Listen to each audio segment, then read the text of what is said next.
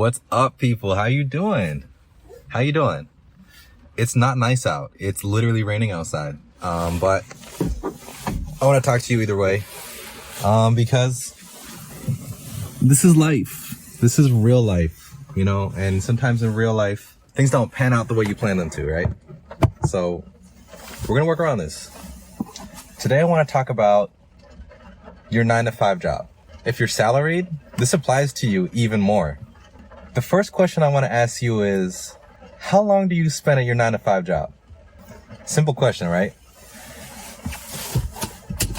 But I don't think people ask themselves this question as often as they should be. Because if you work a 9-to-5 and you commute to your 9-to-5, your commute is added to the time that you spend at work, right? Because if you didn't work that job, you would not be commuting. So let's say you're literally working 9 a.m. to 5 p.m., right? If you add a 30-minute commute each way, now all of a sudden, instead of working 8 hours, you're working 9 hours. Okay, so you spend 9 hours at your 9-to-5. No big deal. 9 hours, it's not too bad. Not as good as you thought it was, but it's not too bad. But do you wake up in the morning and put clothes on for work? Do you make breakfast? I wake up at 7 o'clock so I can get to my 9-to-5 job. So now not only do I have my commute either which way, but I have the time I spend waking up, getting ready, packing my lunch, making breakfast, putting clothes on, grabbing anything I need for the day. So that's adding to my 9-to-5. So now all of a sudden, my 9-to-5 is from 7 to 5. So you add another hour. So now I'm spending 10 hours a day at my 9-to-5 job. But what do you do when you come home? After you come home, you're so tired from work that you get your bag, you get your lunch, your lunchbox, whatever. You throw it all in the sink because you're so tired from work. Who has time to wash dishes, right? Who has time for that? And you're just exhausted. So you take a break. Maybe you watch some TV, listen to the radio, listen to some music. You relax and unwind. And that's time that you wouldn't normally do that. But because you're exhausted from the work you've done all day, you spend another half hour to an hour just unwinding. So now we went from 8 hours to 9 hours. Let's say now we're at 10 hours at your 9-to-5 job. So you relax and unwind. And if you're smart, you don't take your work home with you, right? So if you're smart, you don't have your emails on your phone. If you're smart, you don't take your laptop home with you. If you're smart, you don't answer work calls after work. If you're not, no offense, some offense, a little bit of offense. If you're not smart and you take your work home with you, you can spend another hour, 2 hours just answering work emails, answering work calls, attending to things that you normally wouldn't have to. So we went from 8 hours, add the commute, we're at 9, add the time in the morning getting ready, we're at 10, add the time unwinding after work, we're at 11. Let's add another hour. Let's be generous. Let's add only 1 hour of time after work still doing work-related things.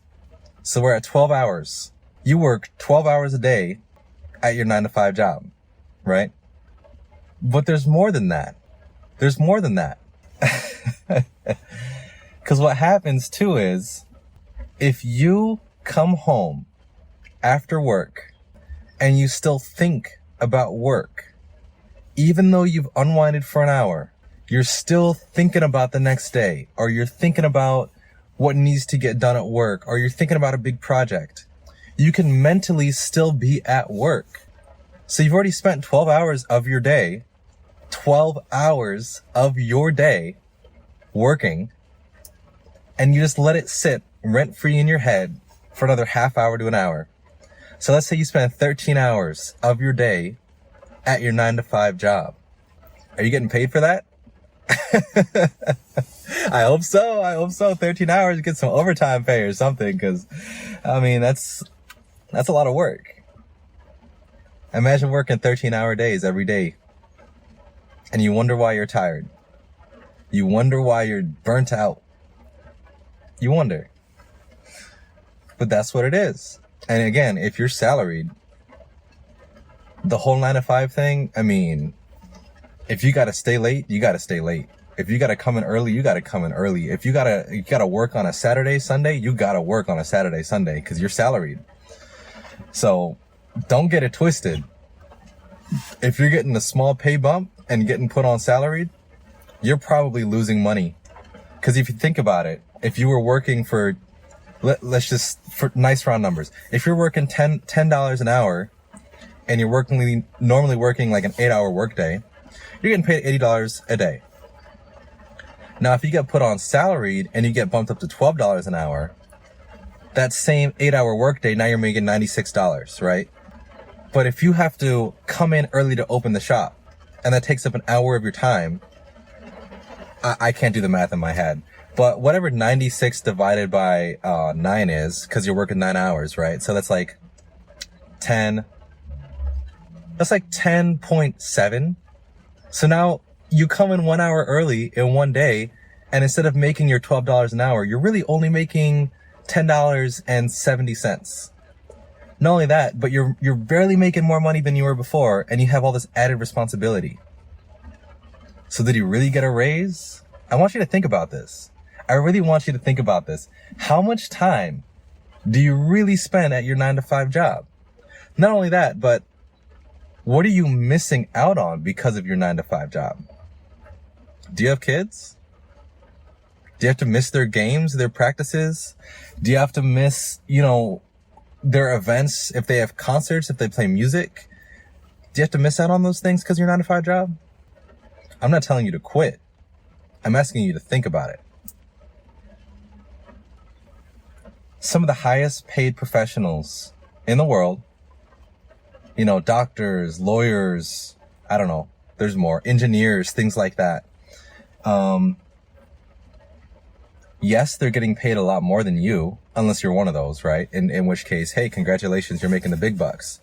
But the same question needs to be asked. How much time are you spending at work? If you're a doctor and you're getting paid over $100,000 a year, but you're working 12 to 14-hour days, how much time, what's the time money trade-off there? If you're working a well-paid job, but you're working such long hours that you're not sleeping, how much are you paying in your health? Not getting enough sleep can cause all kinds of issues, Sleep is one of the most underrated assets. I love sleeping. I don't do it enough. I will fully admit I do not sleep enough. But given the choice, if I had an extra hour in every single day, I would use that one extra hour to get more sleep.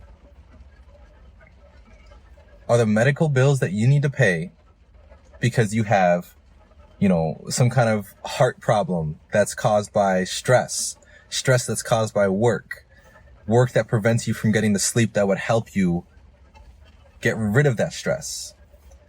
Do you have some kind of medical disorder like diabetes, something like that, where, again, stress is a killer. Stress is a killer, right? And it causes all kinds of issues. And if you're not accounting for that in your work, then you are paying with your health, you're paying with your time, and you're paying with opportunity. What kind of work-life balance do you want to have for yourself, really? Even if you work from home, even if you work remotely, do not think for a second that you're exempt from this. Really think about it. How much time do you spend at your 9-to-5 job? Personally, I can tell you, I wake up 7 o'clock every single day, take a shower, make breakfast, get my clothes ready, make my lunch. I'm out of the house by 8 o'clock on a good day. Get to work 8:30, work all the way till 5 p.m. Days like today, I'll get out. I'll take a lunch break, like an actual lunch break away from my desk, clear my head. Most days that doesn't happen. I drive home, get home around 5:30, and then I get ready for the gym. That's the first thing I do is I get ready for the gym. And as soon as I hit the gym, I'm out of work mode. I get to the gym around 6 o'clock. So I wake up at 7 o'clock, get ready for work, and not until 6 o'clock am I fully detached from work. But guess what happens at night? I get ready for the next day. Sometimes I'll lay my clothes out. Sometimes I'll make my lunch for the next day just so I don't have to worry about it. Sometimes I'll have my breakfast ready, just prepped, right? So that I can get out a little bit sooner. Wake up at 7, get off work, mentally check out of work at 6, and spend an extra hour every single night. So that's like a 6 to 6 job. That is not a 9 to 5. That is a 6 to 6. That is a 12-hour workday. And I'm salaried. So if I got to take work home, I got to take work home. That's what it is, y'all. Don't fool yourself. Don't fool yourself. Be honest with yourself. That's all I really got for you. I'm about to head back to work. But I want you to just sit with that for a minute and really think about how much time are you committing to work every single day. If you love what you do, hey, good for you. And I'm not even trying to be sarcastic about that. Really, good for you. Because not a lot of people have that in life. But if you think you're working certain hours, you should probably think about how much you're actually working. How much time and energy you're actually putting into your job. But anyway, that's all I got for you today. Thanks for taking the time, and until next time, take it easy.